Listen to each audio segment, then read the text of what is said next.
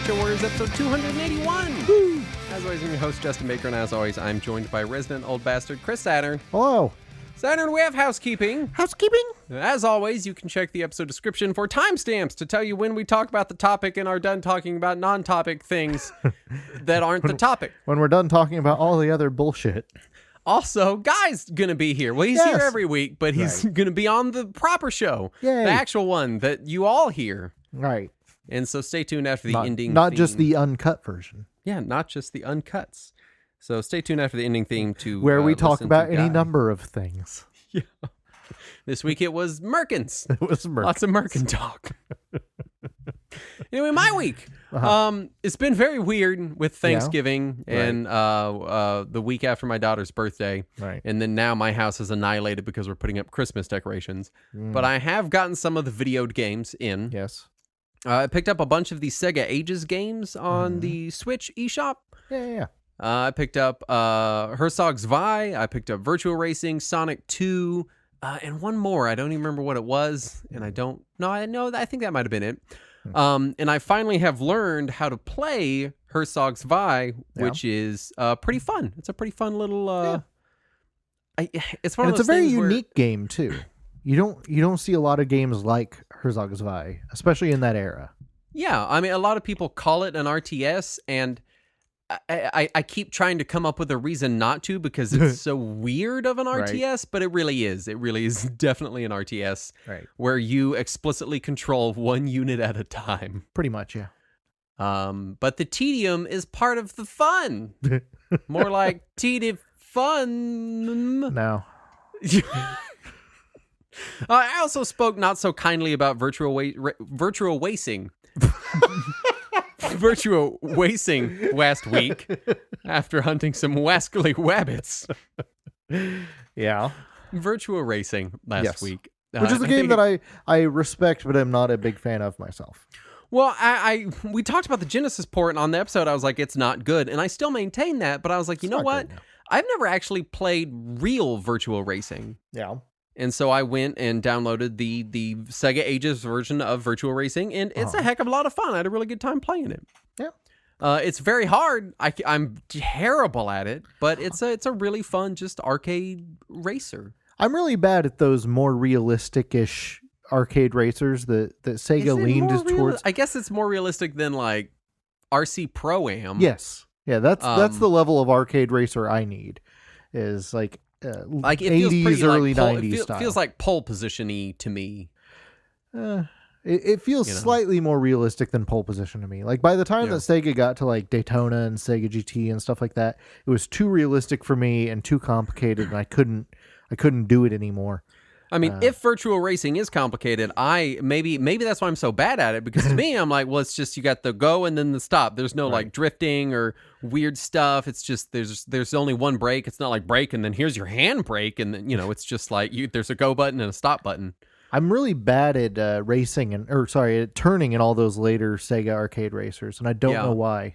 I know. One day I should like actually spend 10 minutes on the internet and read like how to actually be good at racers. Because I'm in my head, I'm like, should I let off the gas to make turns, or should I just slam the brake while still holding the gas?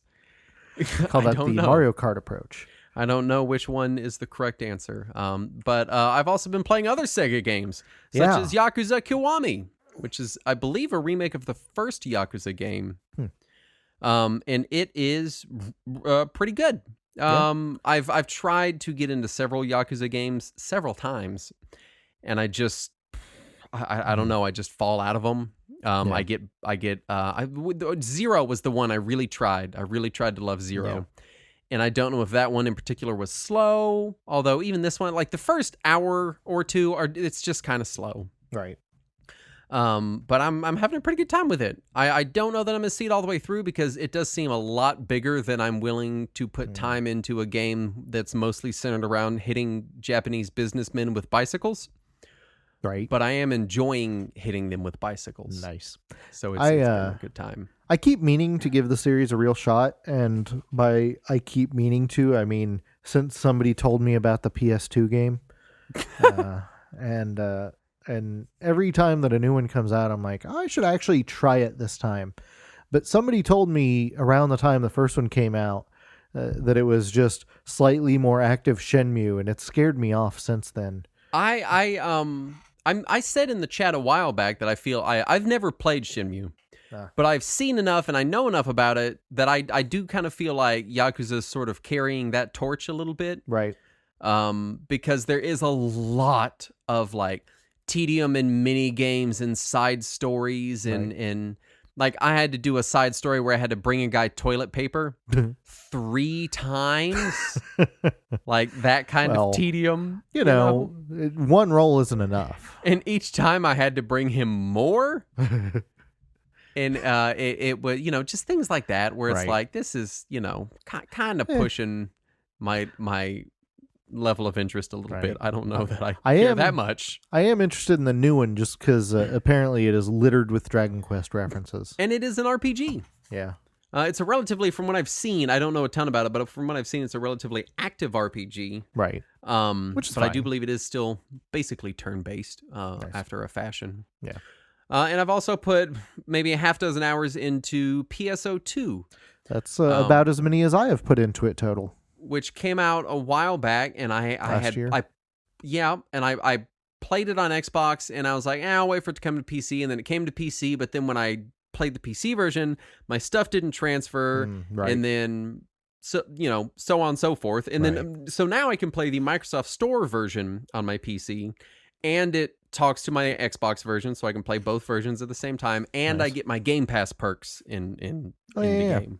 Because playing it on Steam, and I don't get my Game Pass perks. Which does it not let you sign into the same account on Steam as you used on Xbox?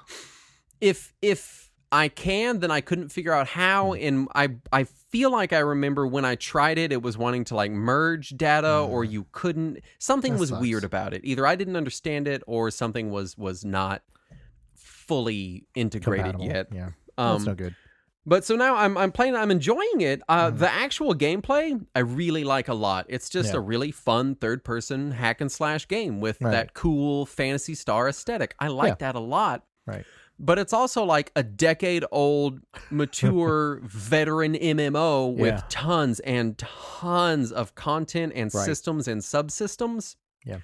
And I'm having a very hard time grasping all of it. So if anyone like knows how to play PS2 and wants to join our Discord and like hang out with me for an hour and just be like answering my questions, then that would be awesome. Because I do really want to like the game, and I'm getting a lot of enjoyment out of it. Yeah. I feel like I've read enough online for people to be like, hey, be careful because you don't want to waste stuff on the wrong things because that can kind of screw you. Yeah. So it has me nervous to do anything. Like, I'm having fun playing, but I don't want to spend any of my premium items or do anything with them because I'm like, I don't even know what they do. Right. I click them, and then it's like menus start opening, and I'm overwhelmed, and I'm like a monkey staring at an Excel spreadsheet, and I'm like, I don't know. I just want to kill stuff. But I've been having a good time with it. When I tried to play PSO2, I remember I got through all the tutorial area, and I got to the point where I was supposed to start claiming quests to get into the game. And I just kind of stopped there, and I was like, this is feeling a lot like an MMO, and I don't know if I'm in the mood for this right now.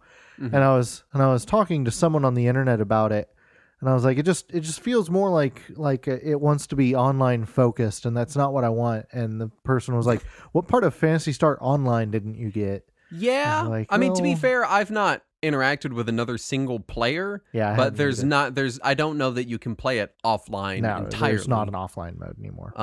Which I'll be honest, I'm kind of with your friend. I wouldn't expect that in Phantasy Star Online in 2020. Right, but I'm sad about it because the Phantasy Star Online that I poured hours and hours and hours into did have an offline mode. I guess there is this thing with MMOs where it's like, in the back of your head, one day this game will shut down and your game is gone. Yeah. And I guess if there's an offline component, then you've still got your memory card. No matter what happens, you're never going to want to play it again, but you've still got those hours. They're on this memory card, and you can save it until, another game borks your memory card. Right.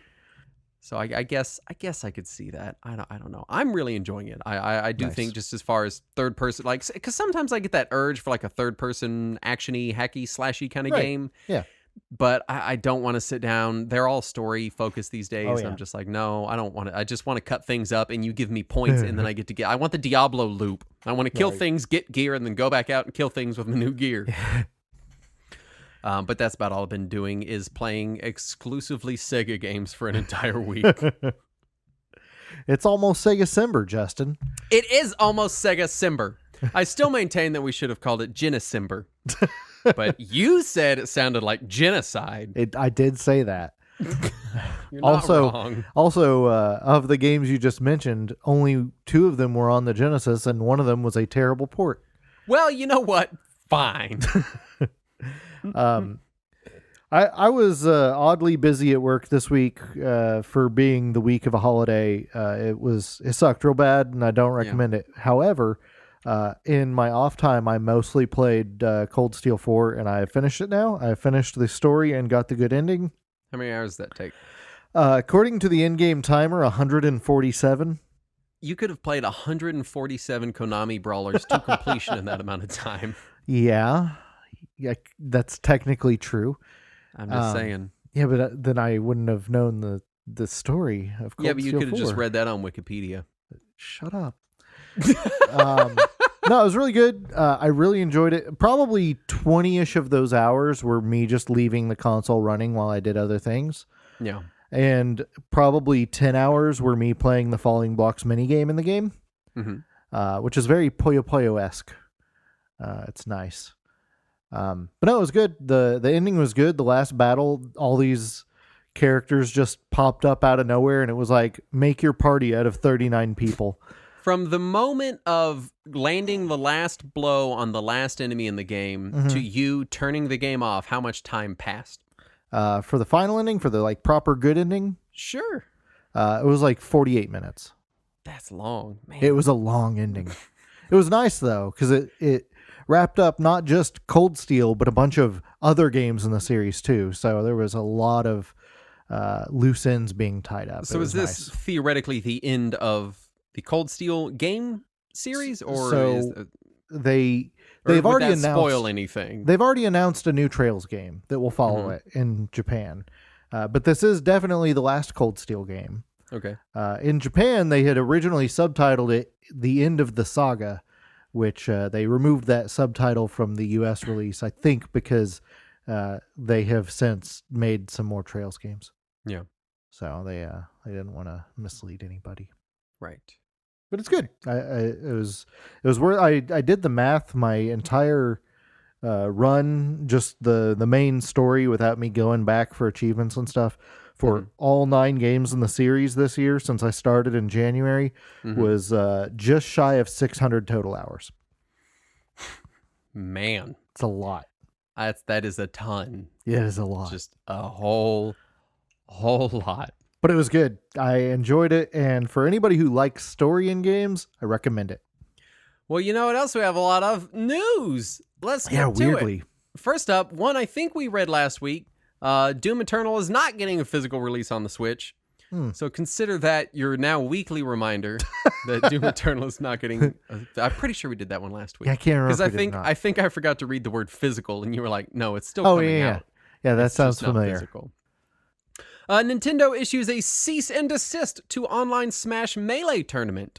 Also sends a cease and desist to Twitch streamers playing Age of Calamity and suspends their accounts. Fuck you, Nintendo! But Nintendo, they're the good guys. I read that on the internet. No, they're not. They're getting worse. I mean, come on, a Smash Melee tournament, and it was over. Did we talk about this one last week too? Because I feel like we mentioned it. I think we did. I think some stuff got reposted on our news channel, so that was my fault. Well, fuck them again. But is all I have to say. The Age of Calamity thing is new, though. That's so from what they claimed happened. They had put a order in for Twitch to shut down any channels streaming the game before it released. And then they forgot to turn that off when the game released. It's, on the one hand, it's like, yeah, it's a goofy mistake, but on the other hand, that is some people's actual livelihood. Yeah, and what got me is that the headline that I saw about it, reporting the story, had the subheadline, "But who is to blame?" As if I want to name question. Names here. I want to name names here. Nintendo Life fucking put that up there. Yeah. Who's to blame? Nintendo Life? Nintendo is to blame. Nintendo Life. Like Wake up! you could maybe say who in Nintendo made this mistake, but it's not just one guy. There's not like the one internet guy at Nintendo. There might be only one internet guy at Nintendo, but there's enough I'm sure people there. I'm sure they didn't mean it that way, but it really sounded like they were like, was it the streamer's fault maybe? Like I'm sure they didn't, but it really came off that way when they posted Maybe this is Twitch's fault. Sony logo is off-center on a lot of PS5 controllers. Is this news? Every picture I've seen of it makes me less and less want to buy a PS5. It's driving me completely insane. And they're all different from each other, too. Yeah, if I want a PS5 less, then I'm going to have to actively start encouraging people to sell their PS5s. That's the only way for that meter to go down anymore for me, personally. I will buy one eventually, but I really hope they fix this by then, because otherwise it will drive me insane. You could just scrub it off with a magic eraser and just not have it. Right? Modders got Super Mario Bros. 3 and Doom, of course, running on the new Game & Watch Super Mario Bros. It was a very stripped-down version of Doom. Yeah. I don't know why, of all the news, I always read the most about the Doom ports. But it was a very stripped-down version, but they did get sound working, which is a pretty big get. Square Enix announces a sequel to the 2008 DS game The World Ends With You, which was very critically acclaimed. Yeah, it's been kind of a HD cult remake. Classic at this point. Yeah. Capcom reveals the Retro Station Mini Arcade, which is tremendously ugly. Wow, is that an ugly little collectible? It is just butt ugly. It is less ugly than their big-ass arcade stick that was just their logo. I feel like Capcom usually puts out pretty good stuff, and I feel like they've got, how you always have that one guy in your office where you're like, whatever that guy says, do the opposite, because I don't even know how he still has a job. All those people obviously work in the arcade stick division at Capcom.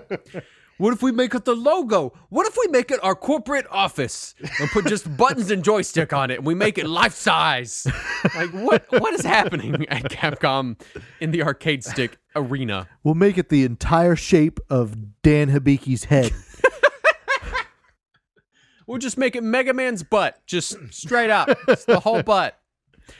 Square Enix celebrates Tomb Raider's 25th anniversary with the announcement of Tomb Raider Reloaded for mobile devices, which appears to be a remake of the original game with graphics similar to that of Clash of Clans or basically any other cookie-cutter mobile game. It looks so bad, man. I don't. Especially whenever the bad early 3D of Tomb Raider is very iconic. Like, yeah, the game looks bad today, but it's in a very iconic way. And even then, the later remake of it, the anniversary edition that they did 15 years ago or so, updated the graphics to at least PS2 level, and it looked all right. And that would fly on a mobile device. I don't know why they felt the need to give it this goofy, ridiculous style that they're using now. I saw the trailer for it, and normally I like little chibi cute things. That's normally enough to convince me to want to play something, but it just looked so ugly. And I was like, this looks awful. I hope I'm not like the only person who thinks this looks ugly. Then I look in the chat and everybody's like, oh my God, that looked ugly. And I was like, oh, thank God. It's not just me. VGA graded copy of Super Mario Bros. 3 with rare Left Brothers variant cover sells at auction for $156,000 with a starting bid of $62,500, which makes it the most expensive game ever sold, beating out that copy of Super Mario Bros. That sold in July for $114,000. The first time that I saw someone try to justify the price of Mario 3 by talking about the Left Bros thing, I legit thought they were joking. I've been saying it. I will continue to say it. People are sinking money into video games as collectibles. Yeah. Like investing money. Investors are here. They have arrived. The money's here. Yeah. And the next step after this is usually buyouts. So be prepared, is all I'm saying. Be prepared for the buyouts. Hey, if somebody wants to buy out my collection, they just got to show up with a Usually truck. What they do is they buy out. So like you'll get a guy that's like, all right, I've got $5 million that I'm going to invest, so I'm going to buy every copy of totally rad Metal Storm or whatever they pick. And then drive up the price. Then they sit on it for 5 years and they flip it, or they grade one and they sell it and make crazy money. Yeah. PlayStation 5 Xbox Sex launches riddled with scalpers, surprising no one. I read one report that said one scalper group actually has more inventory than any retailer. Yep. Yeah, apparently somebody had 3,000 units for sale. I know that these hardware manufacturers really rely on these retailers. But you got to reach a point where you're like, look, you either fix this because, I mean, the manufacturers, they're not the ones actually selling them. They sell them to the retailers and the retailers sell them. The retailers aren't enforcing anything. They aren't doing a limit one per customer. They aren't cross-referencing addresses to see if there's getting 700 of them going to the same address. Like, I know scalpers are always going to be there and it's always going to be a problem, but we can mitigate it a little bit. I feel like it's gotten worse in the last 20 years, though. Like when the new Xbox controllers, they're marked off $20 through the month of November by Microsoft. Like MSRP markdown for November. On Amazon, they immediately sold out. They're still up on Best Buy because Best Buy is limit one. Even just that is enough. Yeah. It's ridiculous. The Vulkan driver for Raspberry Pi 4 demonstrated compliance with Vulkan 1.0, which is a big win. Yeah, that's really exciting. That means we're going to get some much better 3D graphics on Pi 4. That'll be neat. Maybe I should downgrade my file server to a Pi 3 and make my Pi 4 something else. Possibly. We'll see. GameStop shareholder wants to turn GameStop into the, quote, Amazon of video games. Maybe they didn't realize that Amazon is the Amazon of video games. Pick any business. Amazon is the Amazon of that. Period. What about car repair? And you know what? If I'm having to pick scummy businesses to give money to, I'd give money to Amazon before I would GameStop. Yeah. Real talk. I wouldn't feel good about either, but I would. Right. Yeah. Nintendo shutting down servers for Super Mario Maker after 5 years. Will leave downloads online for an unspecified period of time, but no longer allowing uploads or purchasing the game from the eShop, which is sucky. And I'm still upset that they never ported the first Super Mario Maker to Switch. Right. And granted, you can do most of those things on Mario Maker 2, but the really cool thing was the mystery mushrooms, the ones that would turn the you costumes, into and they as far as I know, don't exist at all in Mario Maker 2. They do not. It is only in the first one. Fucking dumb. I got to play as a Game Center CX guy, and I got to be Link or who. Like it was awesome. And Mega Man and Hello Kitty and all these different characters were in there. It was really neat. Yeah, I'm very upset. That was my biggest disappointment with Super Mario Maker 2. Yeah. Falcom and Japanese retailer Beep are porting Ease 1 and Ease 2 to the Sharp X68000 in celebration of Falcom's upcoming 40th anniversary? Yeah, they're just going to port it over to a 35-year-old computer. Cool. And they're making physical discs for it. Uh-huh. They're selling it in a store. Great, I guess. And the thing is, from what I was reading, there already was a Sharp X68000 port of the first game. What? And this new port isn't going to look as good as the old one. Oh, no. Yeah. It's based on the original. So it's a faithful port of the original PC-88 version, at least. Yeah. Famicom, Super Famicom, and Game Boy Mario boxes hanging on the ceiling in Shinjuku Station in Tokyo, likely for the 35th anniversary. That's neat. Are they the actual game boxes, or are they just they're like oversized novelty boxes. Okay, because all the headlines said boxes, like the game boxes, and I was like, those don't look right. No, they're giant. A majority stake of SNK has been purchased by the Crown Prince of Saudi Arabia. Yeah, and actually that was a mistype. He's 33% shareholder. I read 51% today. I think it was. I've seen a couple corrections, and there's something where it's like he's only a certain percent, but then there's a Saudi Arabian company that has the rest of the percentage. I don't know. But he owns the company, though. Right. So, from what I had read, the early headline said that he just bought the company, and he didn't do that. He's just bought between him and the business he owns. He has bought the majority share of the company. I don't super know how I feel about that. Me either. But it's weird. Yeah, it is. It is news, technically. Animal Crossing New Horizons hits 6 million units sold in Japan, the first game in the series to do so, and only the 5th game to do so following Super Mario Brothers, New Super Mario Brothers, Pocket Monsters Red, Blue, Green, and Pocket Monsters Gold, Silver. Do those Pocket Monsters really count since it's different games? I don't know. I mean, apparently it does in the sales chart. I get that. I do feel like they should split them. Yeah. But then I don't know. At the same time, yeah, I think they should be the same. I instantly changed my mind. But the reason why I think that maybe they should be at least have an asterisk next to them is because there are plenty of people who will buy all three or both or whatever.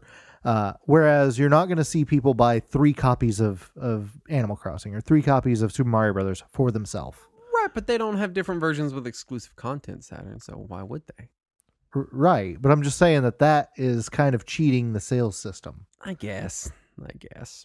NN and Taito are releasing Space Invaders Forever on Switch physically and digitally in North America, and it has only 4 less games than the Japanese version. Yeah, well, you can also get the Japanese version through Strictly Limited in English, so it's also on the Japanese eShop. Yeah, you can get it through there too. And apparently doesn't require much language comprehension to get through. But it does, both versions do include Space Invaders Extreme, which I'm very excited about. It's a very good game. Yeah. And you should all play it. Indeed. Or don't. I don't know. You decide. I don't know. You decide. Let's talk about REZ. Yes. Which is an on-rails shooter that follows a hacker that has been sent into cyberspace to defeat a malicious artificial intelligence program. The way it was described to me the first time before I bought it from somebody who had already played it was it's like if you wanted to play Panzer Dragoon but also simulate a drug trip. Yeah, that description really tells you basically nothing about what is in store for you. Right. I would describe it as like weird faux transcendental acid trip with strange AI focused backstory about techno music. Yes. That's all good. Yeah. All right. Episode's done. We covered it all. We did it. See you later. It was developed by United Game Artists, which was Tetsuya Mizuguchi's own studio, and it was eventually merged into Sonic Team in 2003. Which is when they shut down a bunch of the divisions of Sega and just merged them all into Sonic Team. And I believe UGA was technically owned by Sega.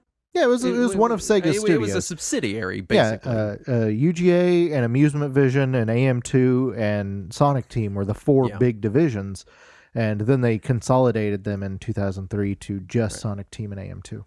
Sega themselves published the Dreamcast version in Japan and Europe, and the PS2 version outside of PAL regions.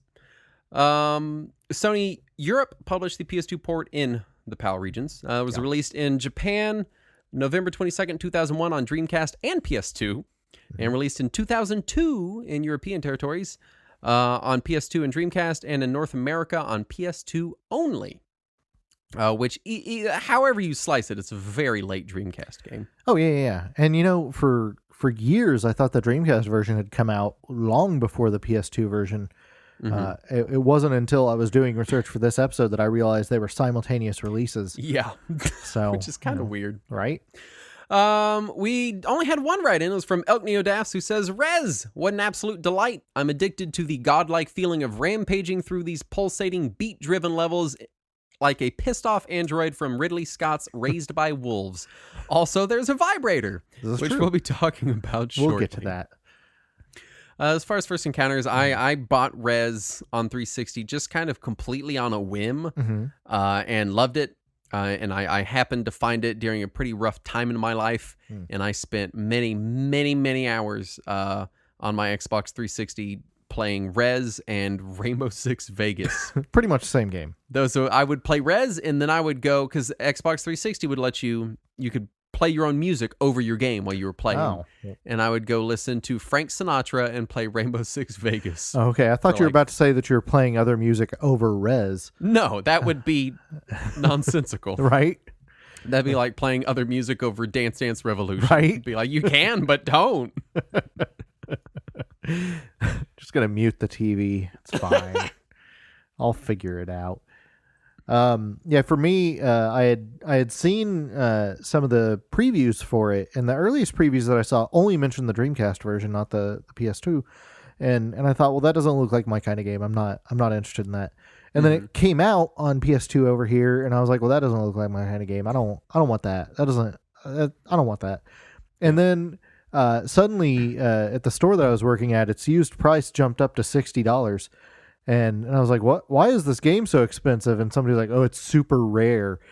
And then we got in a new copy for $20. Like, I should buy this just in case. It was a limited release in North America, I believe. Until it got reprinted.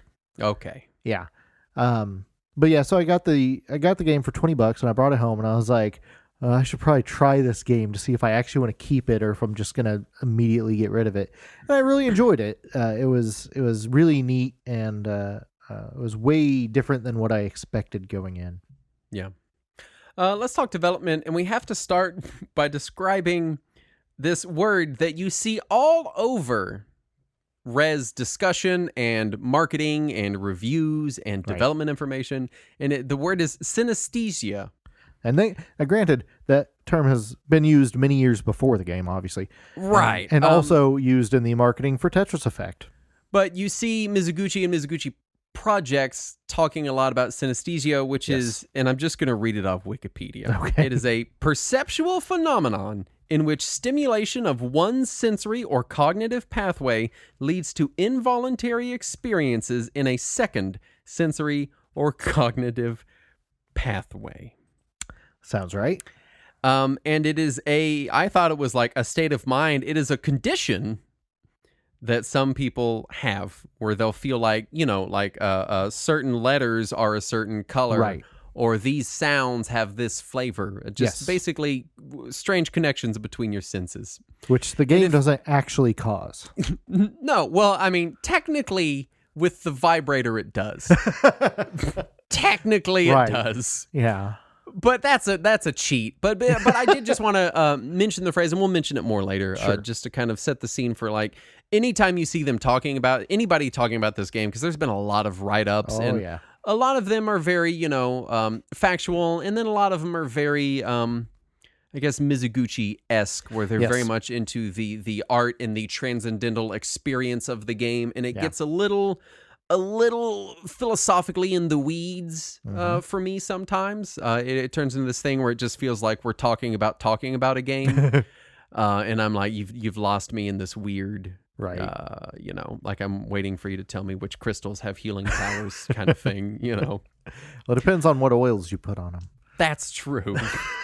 So I did just want to mention synesthesia. That's what it is, and it's kind of defined by Mizuguchi in a way that is incongruent with kind of the medical definition of it.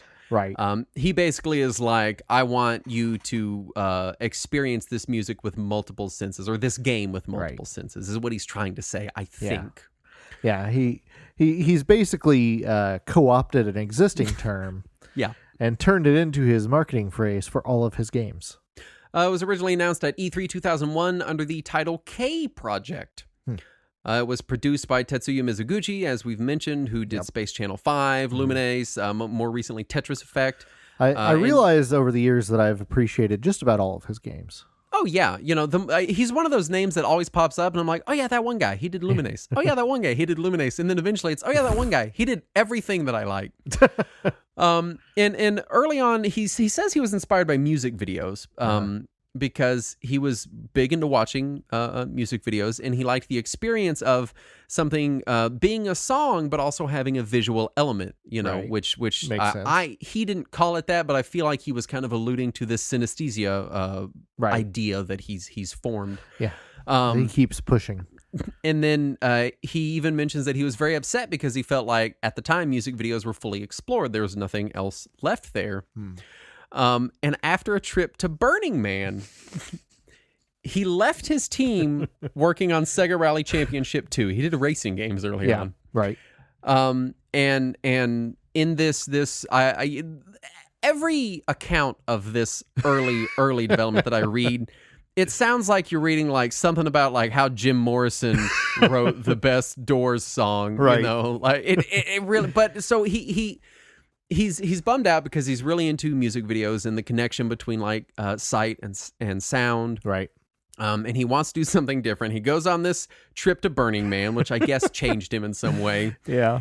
He drops his team working on Sega Rally Championship 2. Bye. The game's not done. He's just like, bye. He moves to a Shibuya building owned by CSK. Yeah, right. It was Sega's parent company at the time. Yeah, Sega's parent company. And he felt that it was more conducive to the kind of work he was wanting to do, and it was it was a much more metropolitan area compared to Sega's other offices. Sure. But basically, he brought none of his team. There was no Sega staff present in the building. Yeah. And it was an empty office on an empty floor. He just literally went to Burning Man, came back, and was like, I quit, but give me more money. I'm going to go over here into an empty building. And then he just did. Yeah. He just bailed.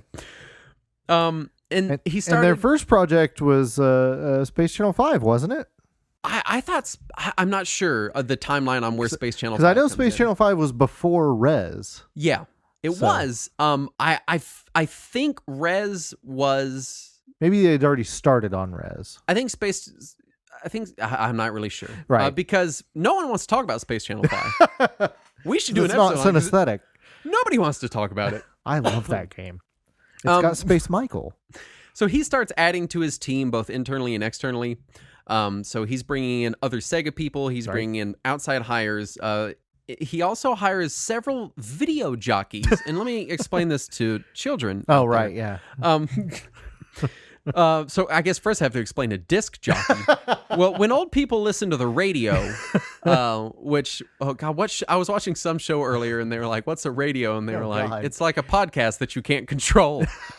What show was that? I don't remember, but it was funny. Credit to whoever wrote that line. A video jockey is like a disc jockey, but they play music videos. Yes, instead of just music. So in his hires for his team, he includes several video jockeys from a group named Mommy's Endorphin Engine, who previously had no video game experience. He just finds these VJs and is like, hey, come make video games for Sega. And they're like, okay. Well, you have to remember, this is the end of the 90s. The career of the VJ is quickly declining. Yeah. I'm sure he came in and was like, steady paycheck? And they were like, yes, please.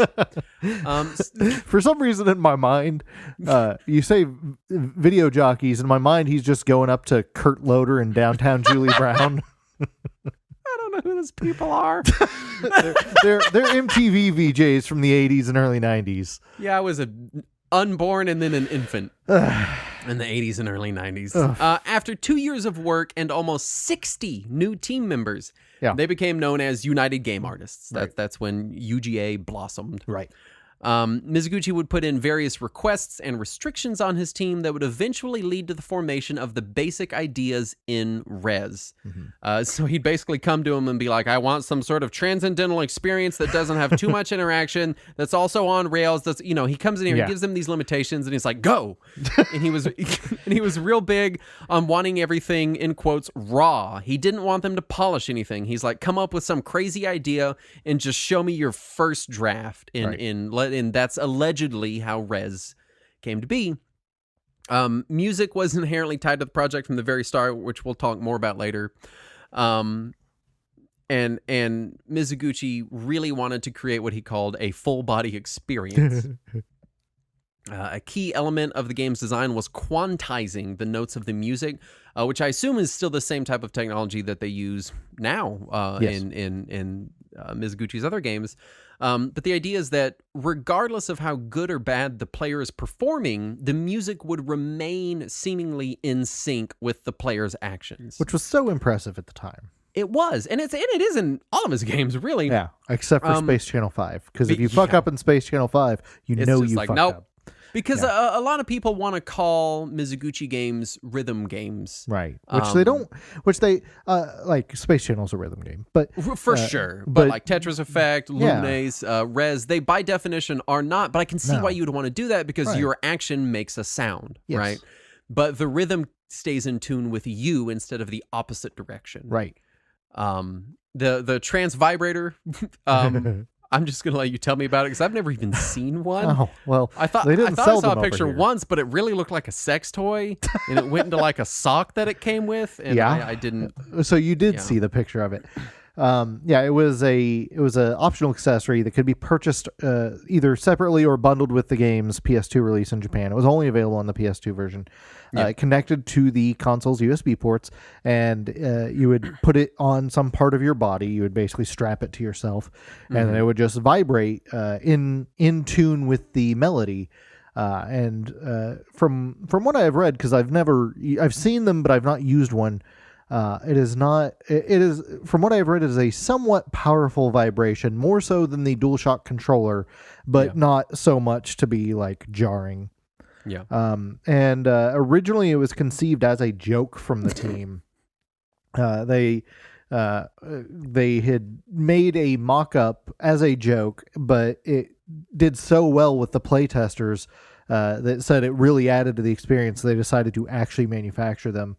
Yeah. And Mitsuguchi himself later admitted that they were fully aware the whole time the device could and would be used and abused in inappropriate ways, but he did not feel that that was enough to cancel the peripheral. Yeah.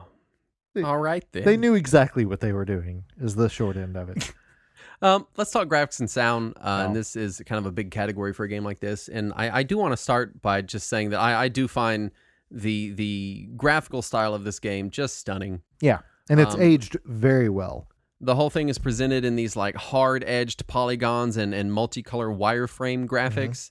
And everything's completely abstracted away from the reality of the game's premise, which is that you're a hacker breaking into a network. Right. It's a fully realized virtual world, and enemy and character designs are also these weird, really cool abstract entities. Right. I really love how the game looks and the way it presents its world, and it has no interest in tying itself down with the actual premise or plot. No. It's just, I don't know, go fucking crazy. You're just a dude flying through the air shooting laser beams. You're a hacker. And you're like, I am? They're like, sure.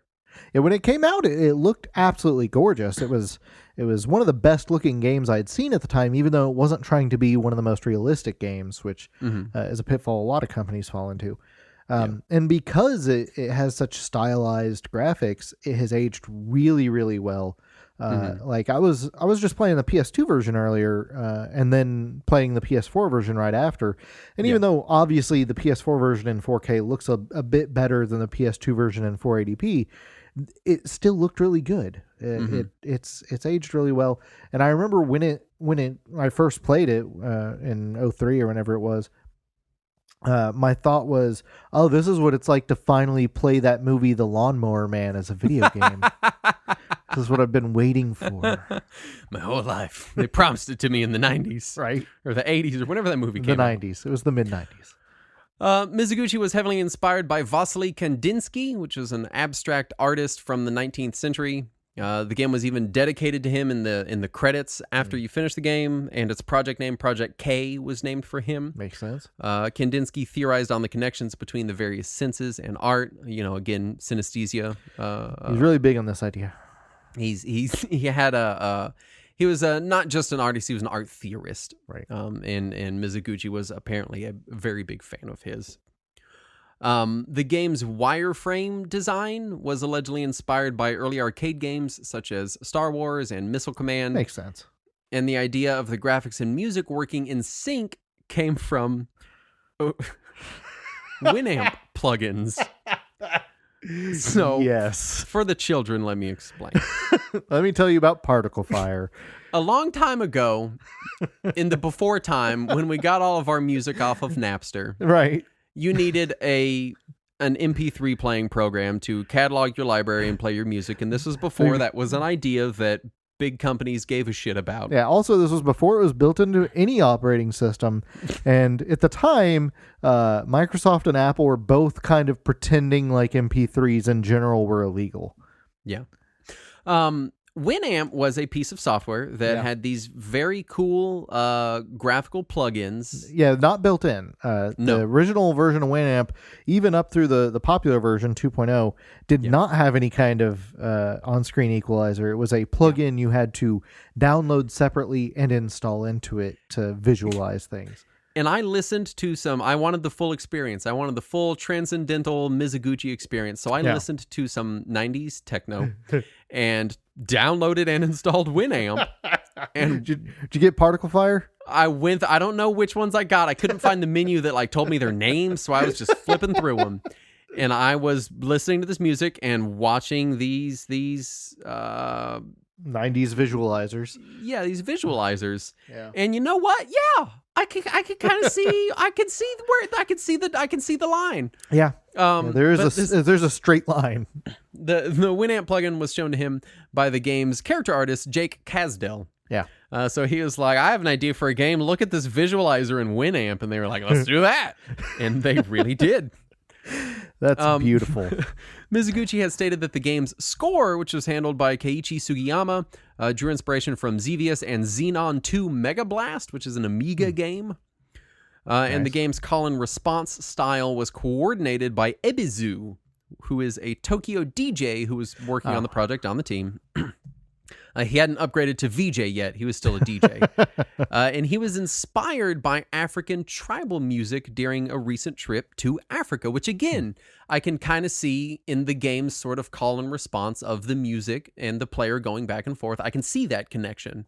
Right. You know, it's just Winamp and African tribal music. It makes perfect sense. Now, I don't know if you encountered this in your research or not. I was looking up this Keiichi Sugiyama guy because I wanted to see if he was in any way related to Koichi Sugiyama, the right. Dragon Quest composer. He's not, that I can tell. They're not at all related. But I did find that Keiichi Sugiyama refers to his techno-heavy music style as fiber jelly. No, that's a thing you put on dentures. Early on, the project just straight used tracks from Underworld and Fatboy Slim, which, again, for children were electronic music artists a long time ago. And they reached out to them to license their music at one point, but they couldn't come to an agreement. In the end, 10 tracks were written for the game with several collaborators, including work by Adam Freeland and Ken Ishii. Underworld, whose track REZ was used early on, that they have a track called REZ, which presumably is why the game is called REZ. That's where it came from. They didn't want to be associated with video game violence and declined to work with UGA. Yeah. Keiichi Sugiyama would write the title track that replaced Underworld's REZ track. Yeah, you don't want to be associated with video game violence like the games of UGA. Yeah, all those violent Mizuguchi games. I mean, my God, the guy's just... I mean, Ulala does have a gun. Just murder simulators, that's what those are. I'm going to read the game's entire story. Please do. In its entirety. And again, I want to reiterate, the game is an on-rails wireframe techno shooter in which you play a constantly evolving wireframe man who shoots laser beams at robots. Yeah. This is the gameplay. Robots and other things. This is the gameplay that this story is framing. Yes. The world has become massively overpopulated. The rapidly expanding network of society has been crippled by rising crime rates and is on the verge of collapse. A new system, Project K, has been created in an attempt to resolve the situation. At the core of the system is an artificial intelligence center named Eden. Eden has the most advanced AI ever created. It has the ability to process vast amounts of information at once and use that information to form its own uniquely advanced independent thoughts. Some would even say that Eden has developed consciousness. However, Eden became confused as the flow of information sent to it began to increase in speed and volume. So it has dumb consciousness. Eden started to question the meaning of its existence and the consequences of its actions. Finding itself surrounded by paradoxes and realizing the power of autonomy which it possessed, Eden began to shut itself down. Now you are about to travel into the cyberspace of the Project K network on a mission to reawaken Eden. You must gain access to each area and layer of the system, destroying any viruses and firewalls you encounter. Open your senses. First of all, I'd like to reiterate that the last level of the game is you shooting laser beams at Eden until she's destroyed. Right. So, first of all, just a piece of advice. Do not destroy firewalls. It's a bad idea. You don't want to do that. Also, if Eden is overloaded and just shutting down, isn't that what you want? Right. That seems like what we were trying. You're showing up to shoot laser beams at it. So, in short, this is based on a true story. Yeah, based on the Terminator. Gameplay-wise, it is again, it's a standard on-rails shooter affair. Right. Some critics have even said that it's, for its time, a relatively limited on-rails shooter affair, just from a gameplay perspective. I would agree. You have a lock-on shot that can have up to 8 simultaneous targets, and letting go of the trigger fires at all locked-on targets. If you played Panzer Dragoon, you've played this. Right. You can occasionally pick up red icons that give you overdrive, which you can activate to destroy all viruses and projectiles on screen for a short period. Yep. There are blue icons that can be shot to increase your evolution gauge. Yes. And as your evolution goes up, your avatar goes from a floating ball to becoming more and more human-looking, and then turning back into a ball. It's balls on both ends. And the best part is, like, I remember I was showing the game off to a friend of mine, and he had gotten up to, like, the third level of evolution. And he was like, I really want to keep playing to see what it ends at. And then I just handed him the case and flipped it over, and all the forms are right on the back of the case. Now, you don't get more powerful when you evolve. It's effectively your health bar. Whenever you get hit, you go down in evolution. Yeah. But it does make your lasers look way more cool. It does. Each section of the game is gated by a network opening that you have to shoot 8 times to progress through. I don't know why. Well, so that they can use that voice sample of counting down from 8 every single time. Yep. Each area also consists of 10 layers, like an onion, of varying length that each end in a boss battle. Justin, if I get an onion with more than 10 layers, should I return it? You should destroy its firewall. Return it. You should shoot it with laser beams while listening to techno. Yeah. Area 1, and I've got the track listed for each one. Yeah. That the game lists because it really is. The game is very much tied into the music. Right. The first track is Buggy Running Beeps. Buggy Running Beeps. By Keiichi Sugiyama. Yeah. This level is very computer themed that kind of gradually fades into Egyptian iconography. I don't remember the backgrounds at all. I just remember a lot of lights and shooting things. No, this one, it starts off like it looks like little, like almost like wireframe server racks on the side. And then all of a sudden you're seeing big symbols of Ra, the sun god, and pyramids. And you're like, okay, we're in the internet. I don't remember any of that. For me, it's just like, oh, this level is Tron. What's the next level? Also Tron. I don't know how you miss giant sphinxes and no hieroglyphs on the wall. No idea. I've somehow missed all of that. This boss is called Earth. It's basically a fidget spinner in an orb, and you shoot it with laser beams. Don't they call it Earth Giga? All mine said Terra. It would be the name and then Terra. Oh, I was playing PS2 and it kept calling them Giga. I think the names in mine are either changed or wrong. I don't know, because I had to read it on the little thing that pops up real fast and scrolls by. Right. So I really just got the first words. Yeah. Well, that's the important part, is the first word. Area 2 is the song Protocol Rain by Mist. And it is a kind of mountain theme that gradually fades into a subterranean theme. This is the very purpley level. Lots of purple in this one. And the boss is Mars, which is a tiny little spaceship with squid tentacles that turns into a room. Yes, and you defeat it by shooting it with laser beams. And I remember I thought it was enormous and awesome on PS2 in 2003. Area 3 is Creation, the State of Art by Ken Ishii. And this level is the only themes I could find were like pillars and hexagons. It's Tron themed, Justin. Is what I was really told you into? it's Tron themed. The boss in this level is Venus, which is basically a round building with a Tron core thing. I told you it was Tron themed. Area 4 is Rock is Sponge by Jujuka, which is kind of a canyon trench theme that turns into Japanese style like buildings. Okay.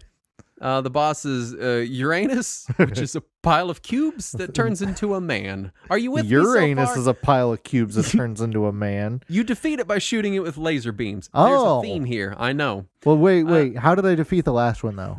Well, hold on. Let me tell you. The song is Fear by Adam Freeland. And this level is a lot more of the polygons are filled in. Yeah. There are some textures in this one.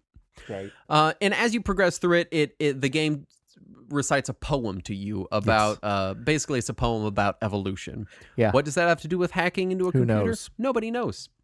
Well, you did evolve back into a ball by this point, hopefully. But yeah, this long evolutionary poem eventually turns into a boss rush where you're pretty much fighting what you presume to be Eden's final defenses that take the forms of basically all the bosses you fought so far. That must be your firewall. Kind of, altered forms of those bosses. Yeah. And then you go straight into the battle with Eden, where you shoot at her until she wakes up. And then the game is over and says she's still somewhere out there. Credits. And that's Rez. And yeah, you defeat her by shooting her with laser beams. Oh, okay. Laser beams, right. Got it.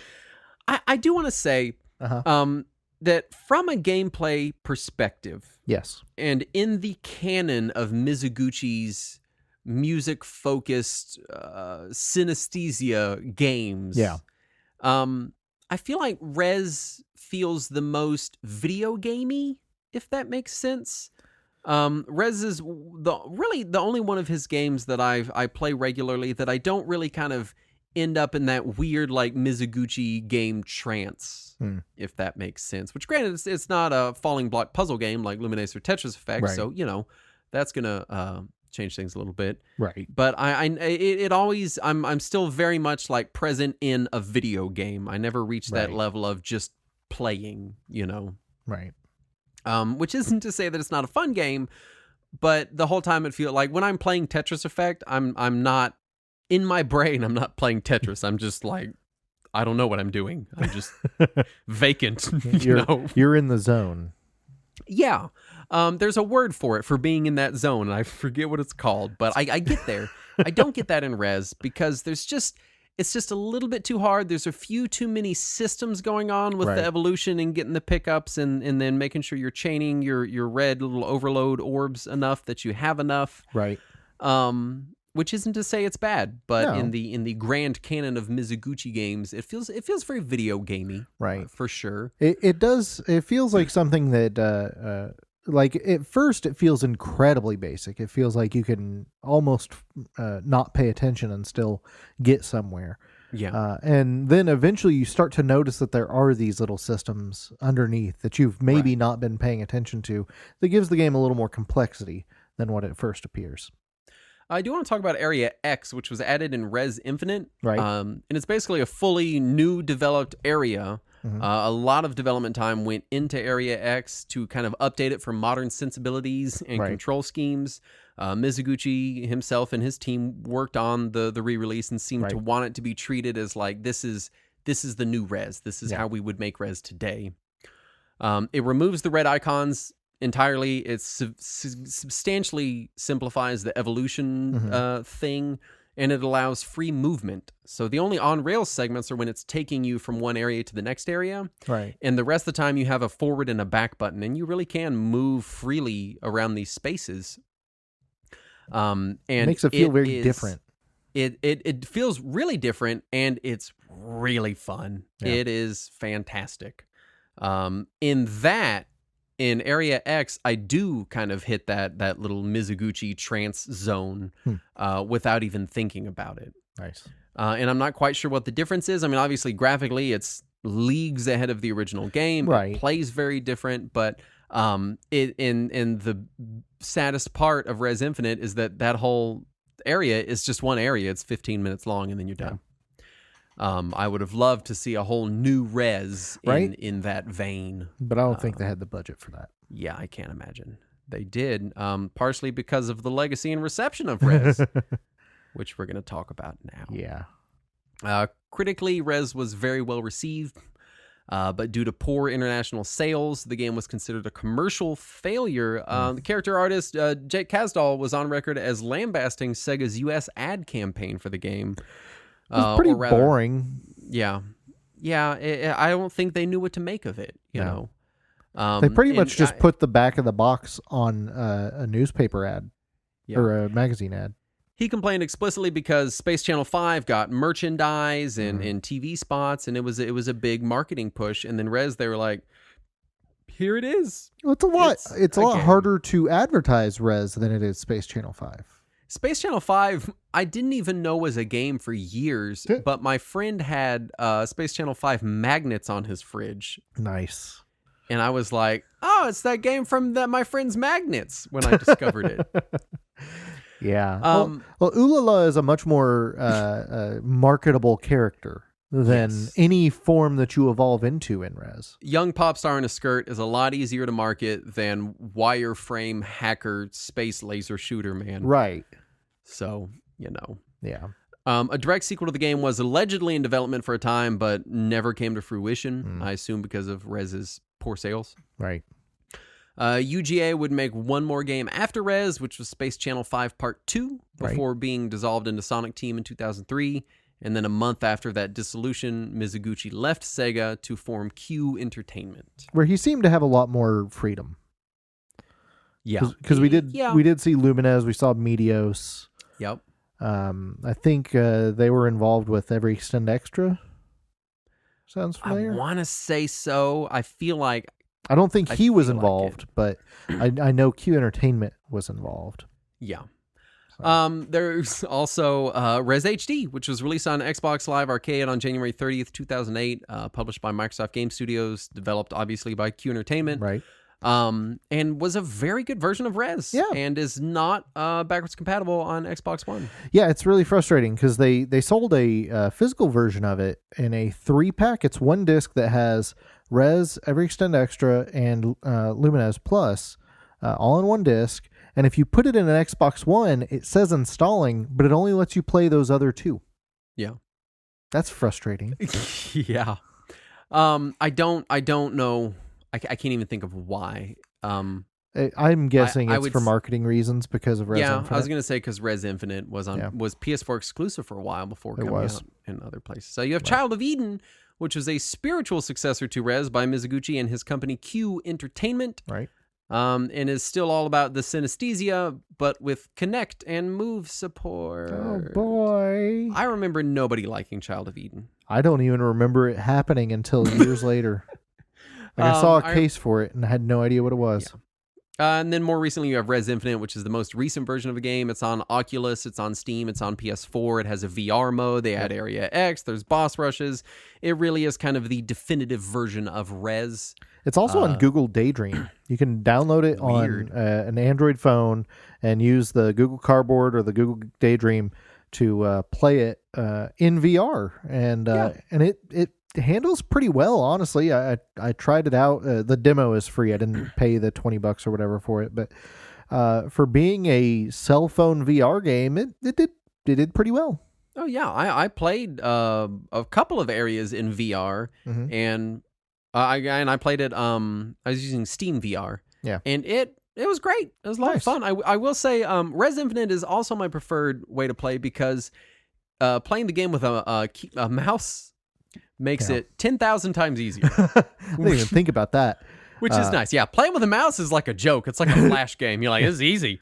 Especially if you have a real high DPI mouse. I went from the PS2 version earlier, which I was playing on my PS3 since it's already connected HDMI to my TV. Yeah. And I had to use a PS3 controller, and that sucked. And then I went over to REZ Infinite on my PS4, where I got to use a real modern controller, and that was great. That was much better than a PS3 controller. As far as final thoughts, I do kind of want to mention that, and this was a complaint from the few people who were critical of REZ at the time, which is that if you're not really into that era of techno, you might have a hard time.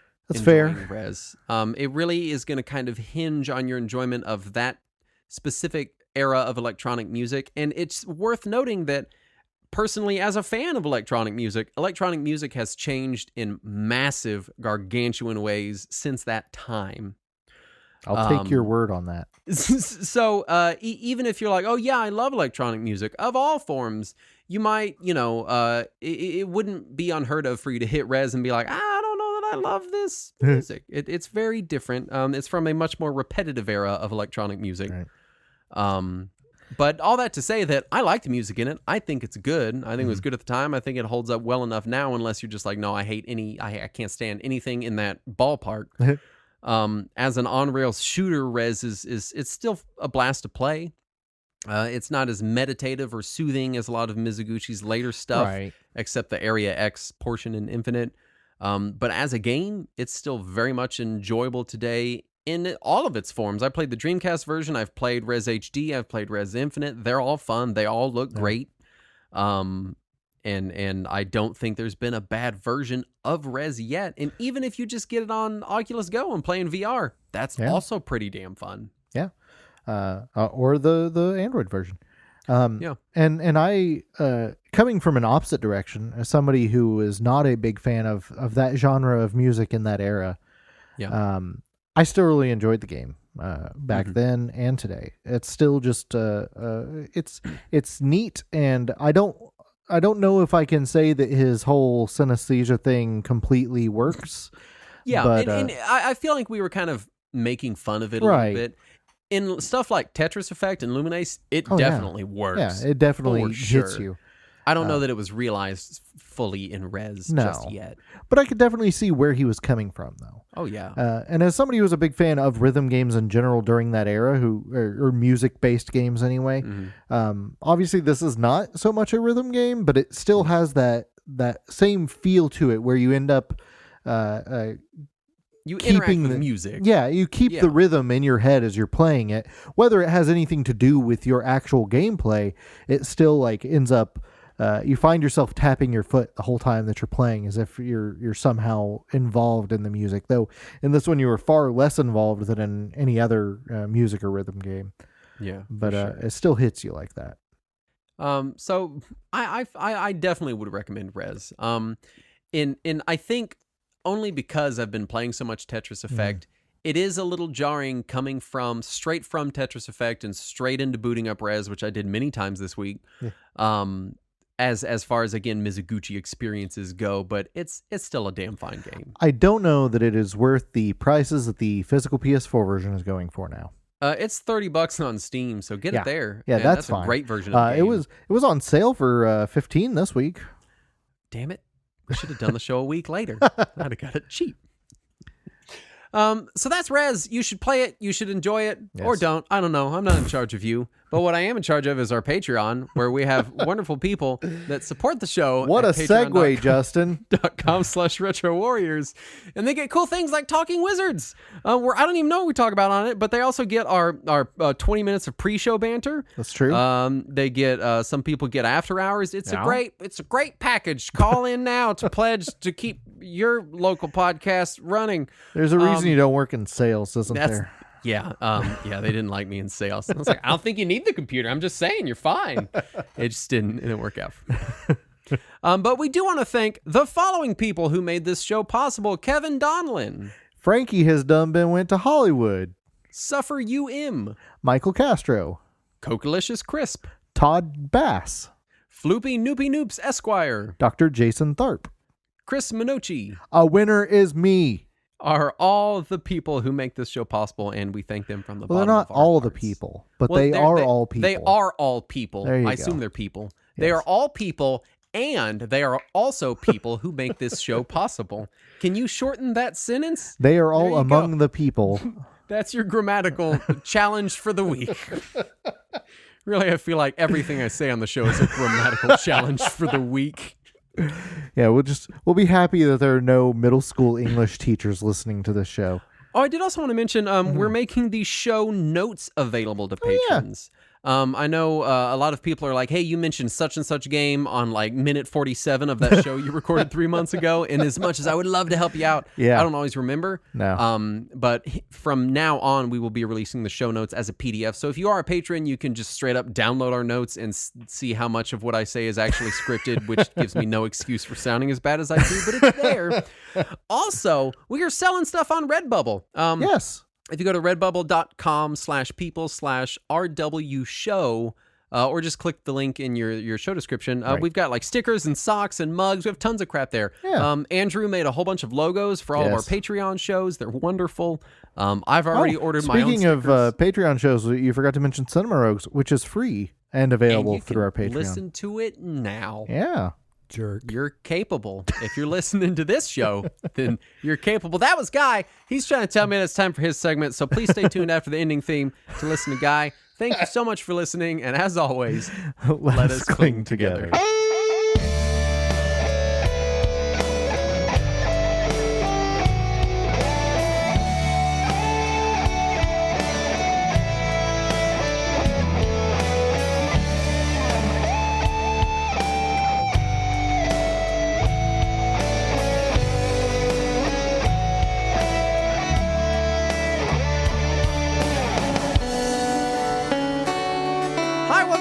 Party with our producer Guy. Hi, Guy. Hi. How'd you know I was here?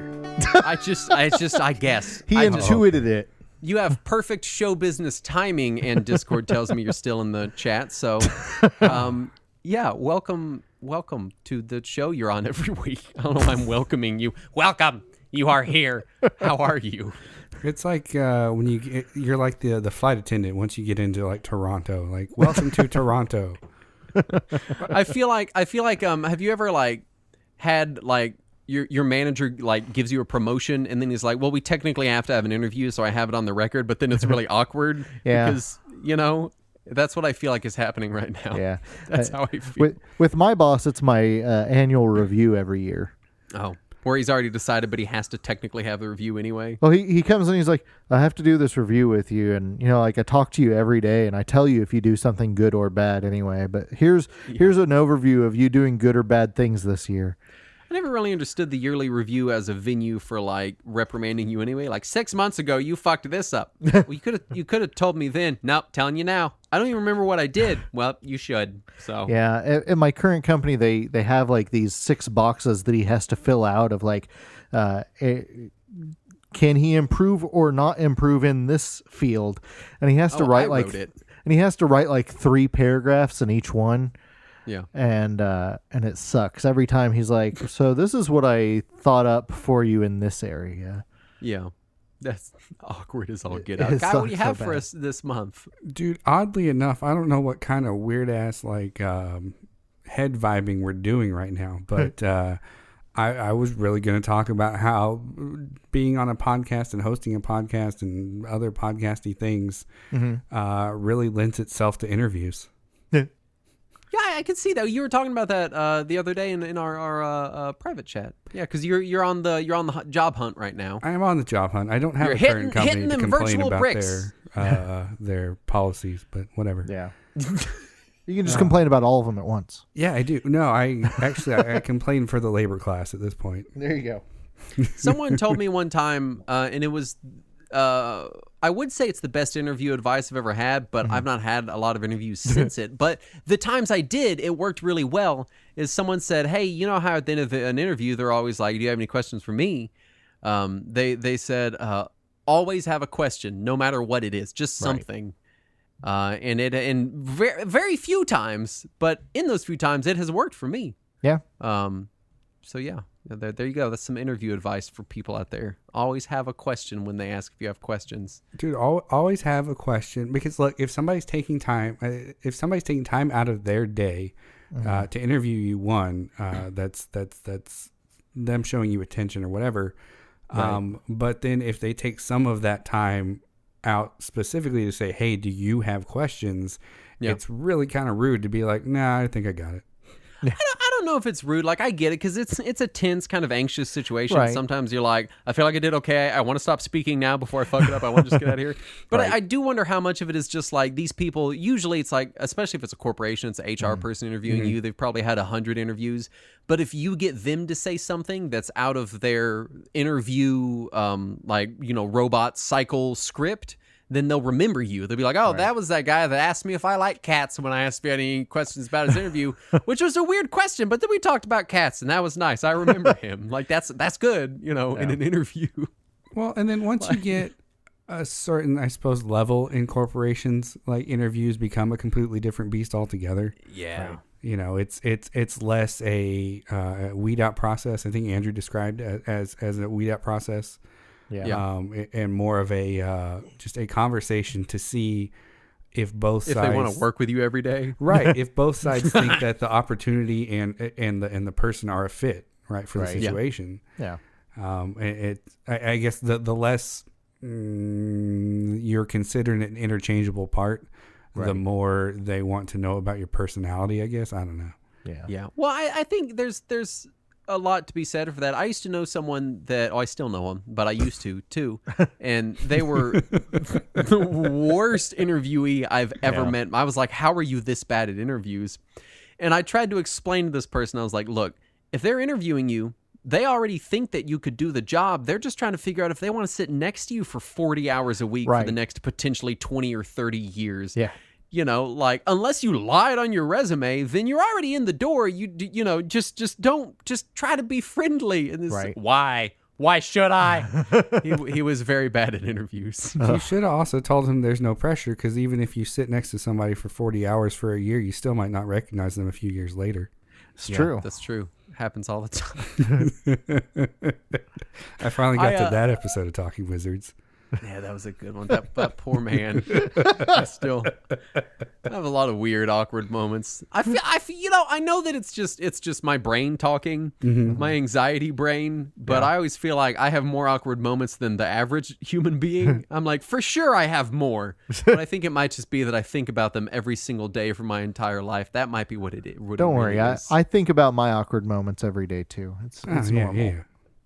I think about one that happened to me in second grade almost daily. Yeah, I've got one from fourth grade that regularly comes up, and then another one from fifth grade.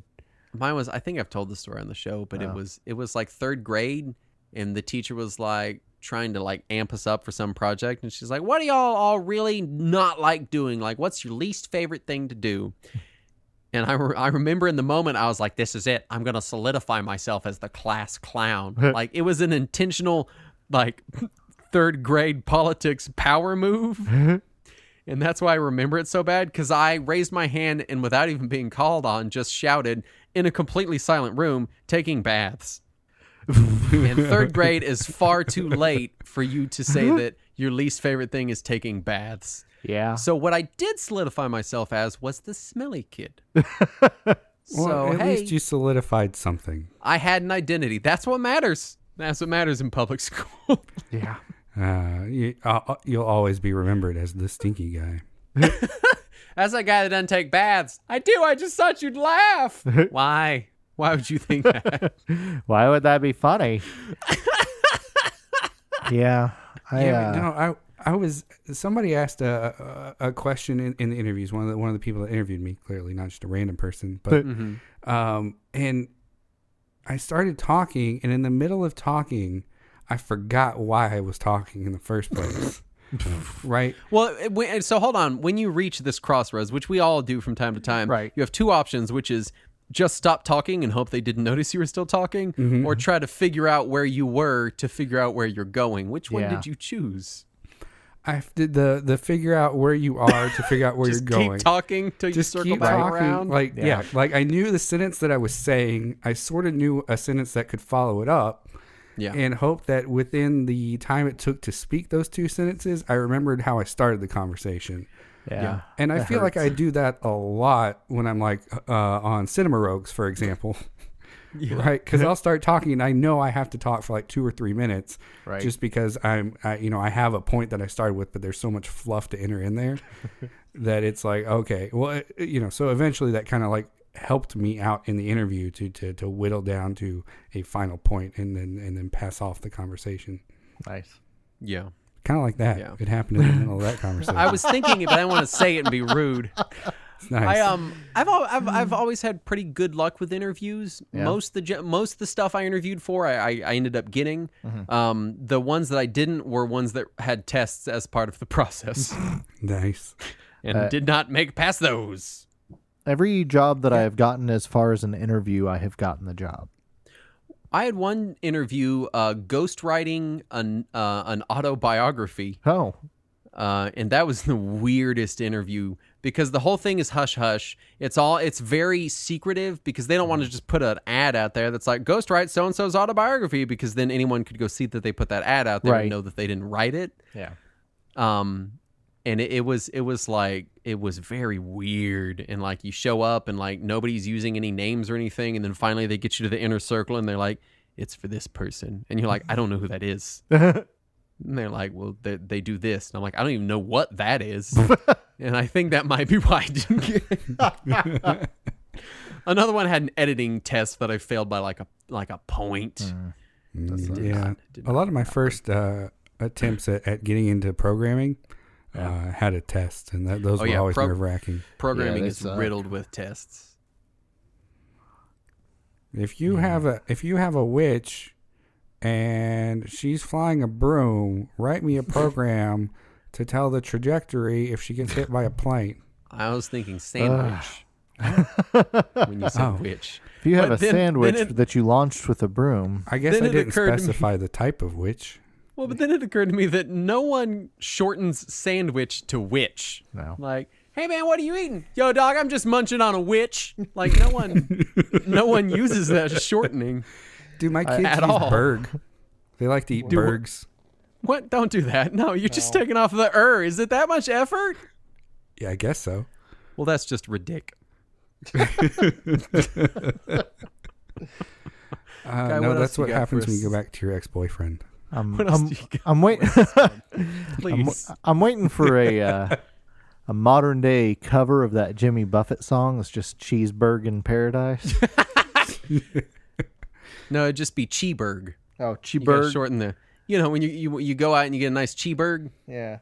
Just Down at the McDonald's. People in 2250 are going to be wondering why the Titanic hit lettuce. God damn it! This keeps this reminds me of that scene in Wayne's World when they try to intentionally get the person at the drive-thru to get their order wrong. He's like, "Yeah, can I get it? Ali, Onuts, and crullers?" And the guy gets it perfect anyway. Yeah. I always wish that I had, because I remember in that drive-thru scene. Which guy? I'm taking over your segment to talk about Wayne's World. That's fine. I remember that drive-thru scene. The dude talking to him on the intercom. It was like a little plastic face, and when the person talked, the mouth moved. And I thought that was the coolest thing in the world when I was a kid. I was like, the drive-thru has a little face, and the mouth moves when they talk. And I never saw it in real life. My dad would take us to Jack in the Box anytime that we left my hometown because there wasn't one there. Mm-hmm. And I hated Jack in the Box at first. Eventually, I learned to love it. Sourdough Jack man?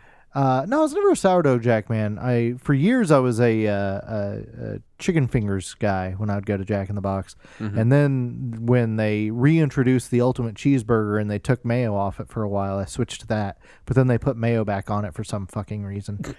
No,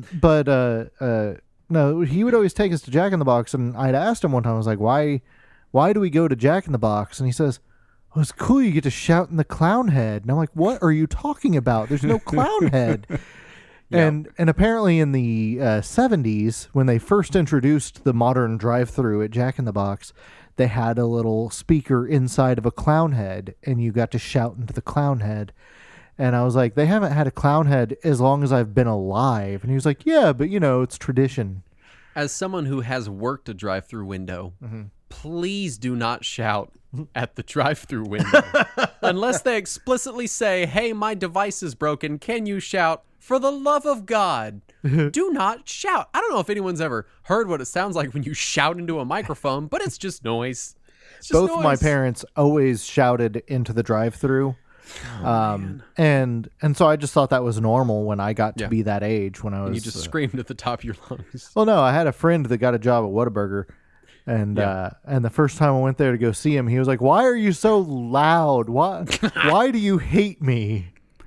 To our listeners, you will note that all three of us have the ability to shout real loud into a microphone at this moment, and we're not doing it. None of us are doing that. I thought about it, but then I didn't want to. I don't know. You didn't want to wake up your dog. I didn't want to hurt people's You're not ears. one of our D&D friends in particular. That's what it is.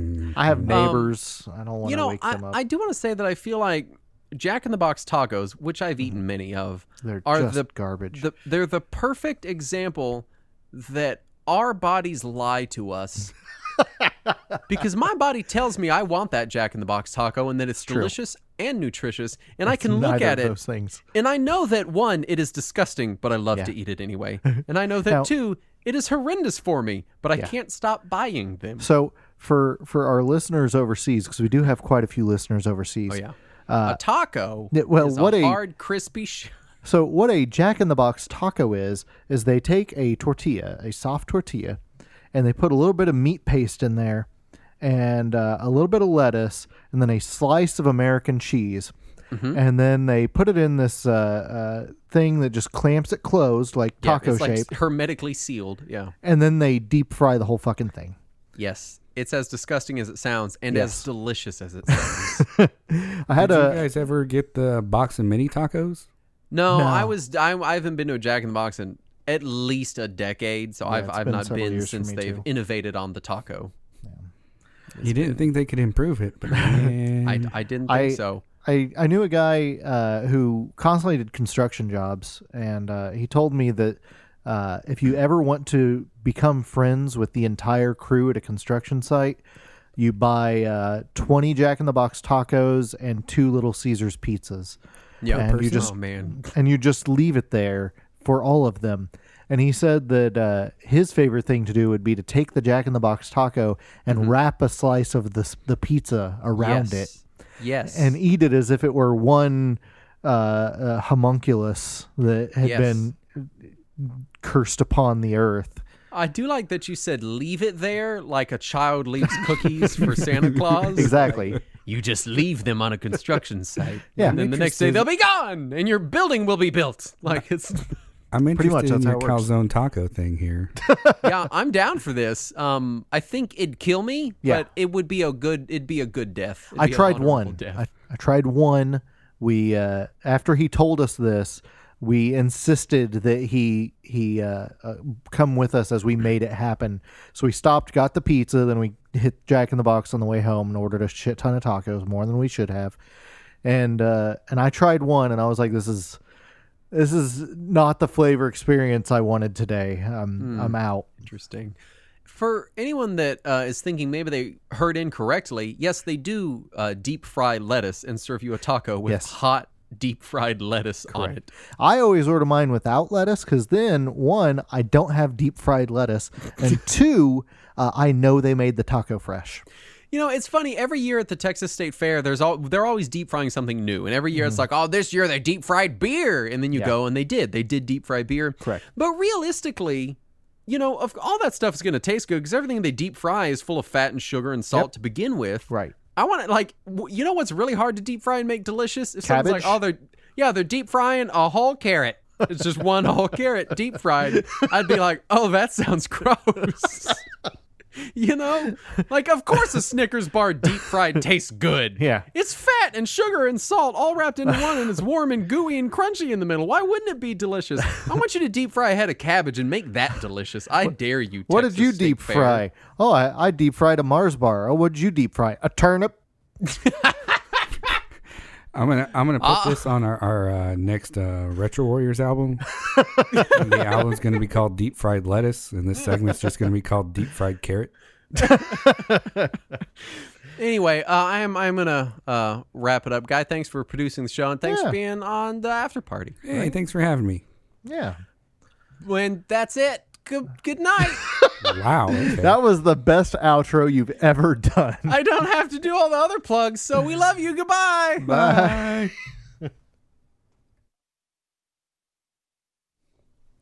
What is wrong with you?